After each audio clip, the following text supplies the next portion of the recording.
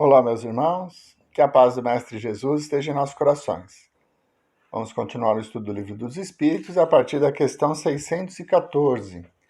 Nós vamos começar um novo capítulo dentro do Livro dos Espíritos. Então, é Lei Divina ou Natural. É o capítulo 1 do terceiro livro. Características da lei natural, origem e conhecimento da lei natural, o bem e o mal, divisão da lei natural. O que é a lei natural? São as leis que regem todo o universo, aquelas que tiveram origem em Deus, e não nos usos e costumes, né? As leis que regem a nossa sociedade, elas são mutáveis, porque vão de acordo com os interesses e os usos e costumes da sociedade atual. Então, há 200 anos atrás nós tínhamos uma lei, hoje nós temos uma outra lei, que ela vai se alterando segundo a evolução das pessoas. Mas a lei natural não, ela é imutável, é perfeita e vai prevalecer por toda a eternidade, porque tem origem em Deus, tá? Então vamos lá. Questão 614. Que se deve entender por lei natural? A lei natural é a lei de Deus. É a única verdadeira para a felicidade do homem. Indica-lhe o que deve fazer ou não fazer, e ele só é infeliz porque dela se afasta. Então, como eu disse, a lei natural são as regras que conduzem o universo. Por exemplo, somos livres para escolher nosso caminho, livre-arbítrio, uma lei natural. Somos responsáveis pelas nossas escolhas, outra lei, a lei de causa e efeito, lei do trabalho e outras tantas que vão organizando toda a evolução contínua do universo como um todo. Então essas leis valem para todos. 615. A lei de Deus é eterna? É eterna e imutável como o próprio Deus. Então, como eu disse, as leis sociais elas vão se alterando de acordo com a evolução da sociedade. Então, alguns anos atrás, era normal escravizarmos pessoas. Então, principalmente o povo da África, né, com quem a humanidade tem uma dívida muito grande, eram escravizados. Era legal, não tinha problema. Hoje é hediondo. O trabalho escravo é um crime hediondo e não pode ser realizado. Não é? Então, conforme a evolução moral da sociedade, as leis sociais elas vão se alterando, mas a lei de Deus não.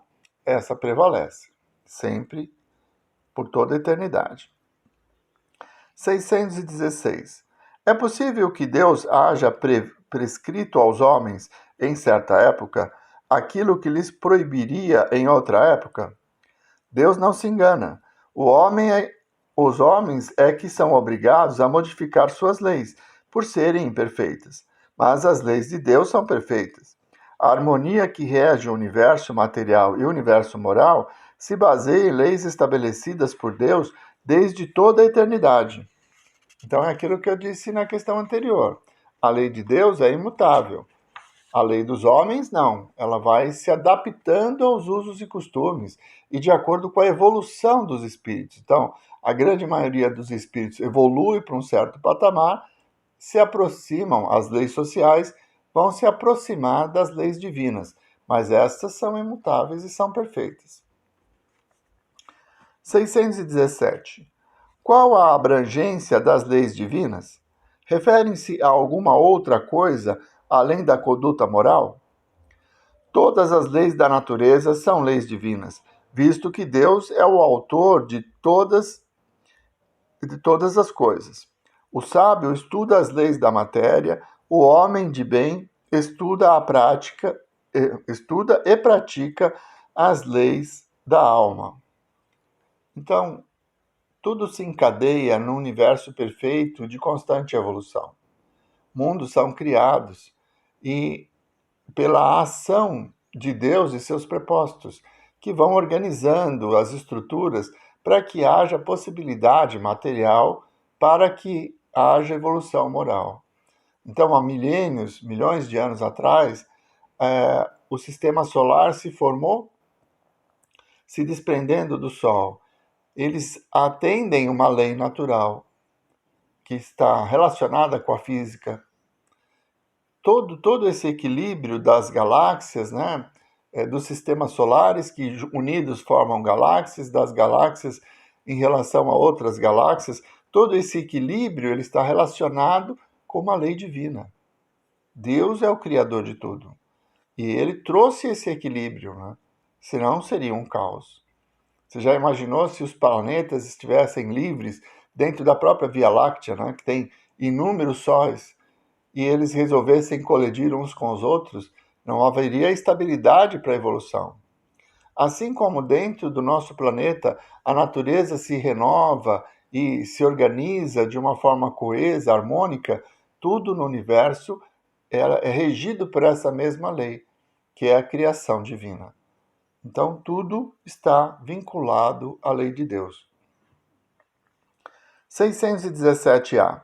É permitido ao homem aprofundar-se nessas leis? Sim, mas uma única existência não lhe basta para isso. Que são, de fato, alguns anos para se adquirir tudo o que constitui o ser perfeito, mesmo se considerada apenas a distância que separa o selvagem do homem civilizado? A mais longa existência que se possa imaginar é insuficiente, e mais insuficiente ainda quando é curta, como acontece com a maior parte dos homens. Entre as leis divinas, umas regulam o movimento e as relações da matéria bruta. São as leis físicas, cujo estudo pertence ao domínio da ciência. As outras dizem respeito especialmente ao homem em si mesmo e às suas relações com Deus e com seus semelhantes. Abrangem tanto as regras da vida do corpo quanto a da vida da alma. São as leis morais. Então, é possível compreender plenamente o funcionamento da natureza? Ainda não. Por mais que nós consigamos aprofundar os nossos conhecimentos e dividindo a matéria, né? A matéria se divide em moléculas, a molécula se divide em átomos, os átomos se dividem em partículas, e essas partículas vieram da onde?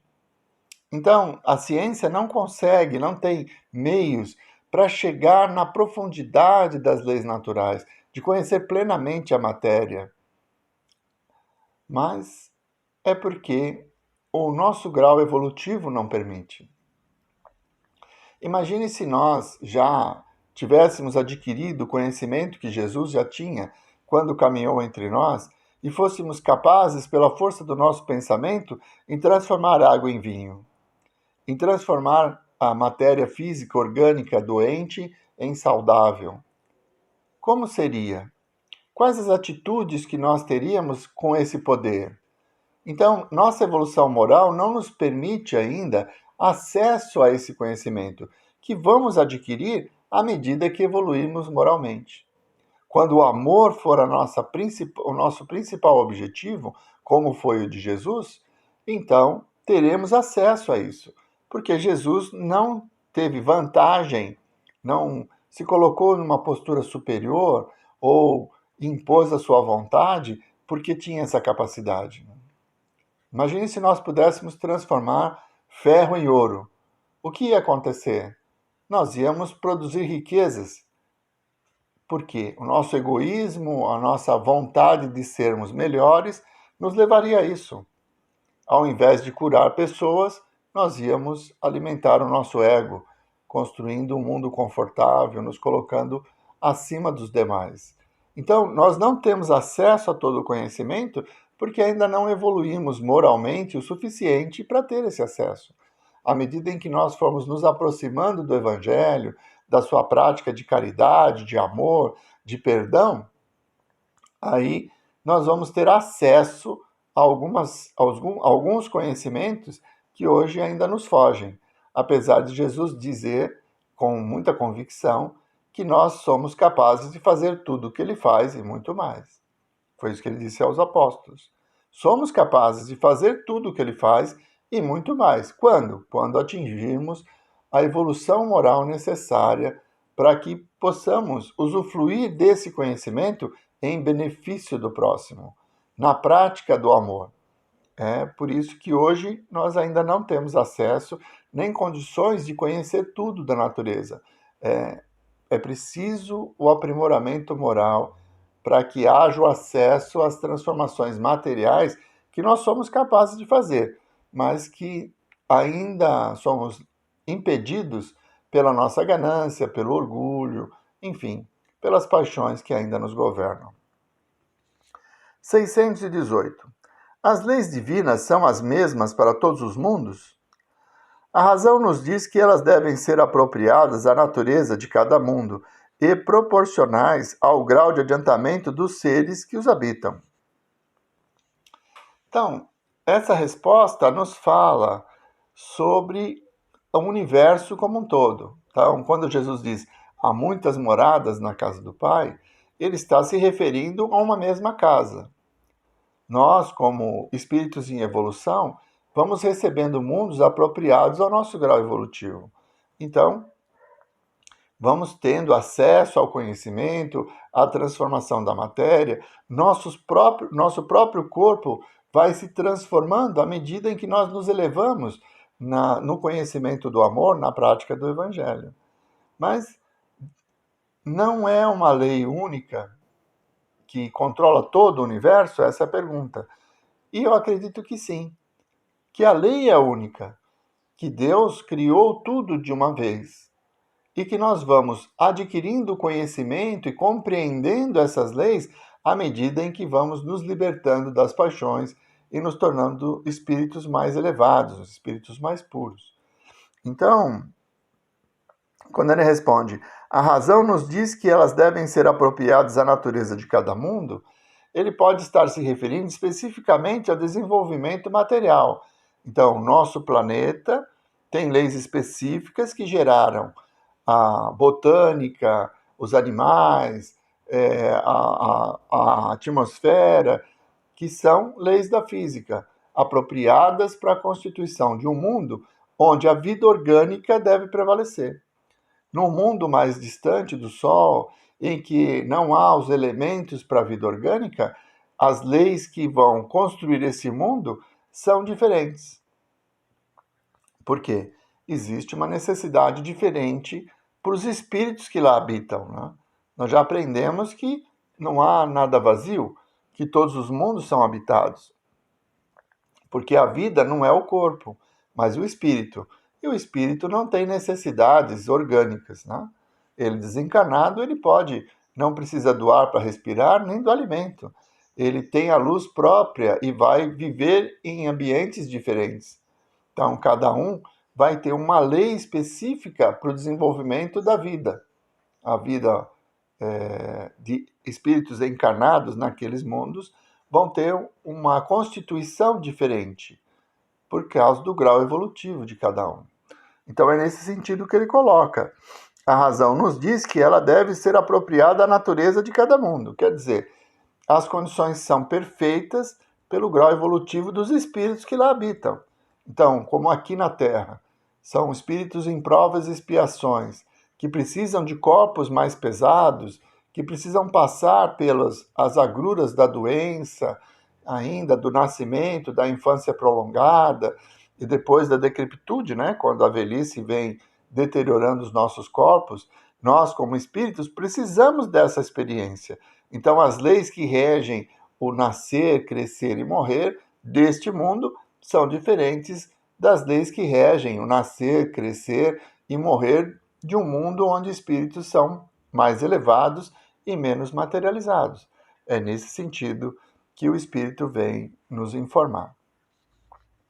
Muito bem, vamos mudando de assunto, então, origem e conhecimento da lei natural. E eu vou parando por aqui, vamos deixar esse assunto, então, para a semana que vem. Então, na semana que vem, retomaremos a partir da questão 619, origem e conhecimento da lei natural. Vamos fazer a prece? Mestre Jesus, nós vos agradecemos, Senhor, por esse mundo que nos foi oferecido, que é governado por vós quando ainda era uma bola de fogo. Pelas oportunidades que a natureza nos oferece no aprendizado e na evolução, e que possamos, Senhor, a cada dia ter olhos para ver as leis que Deus nos ofereceu, para que, através do cumprimento dessas leis, busquemos a felicidade real. Muito obrigado, Mestre Jesus. Muito obrigado, meus irmãos. Uma boa semana a todos.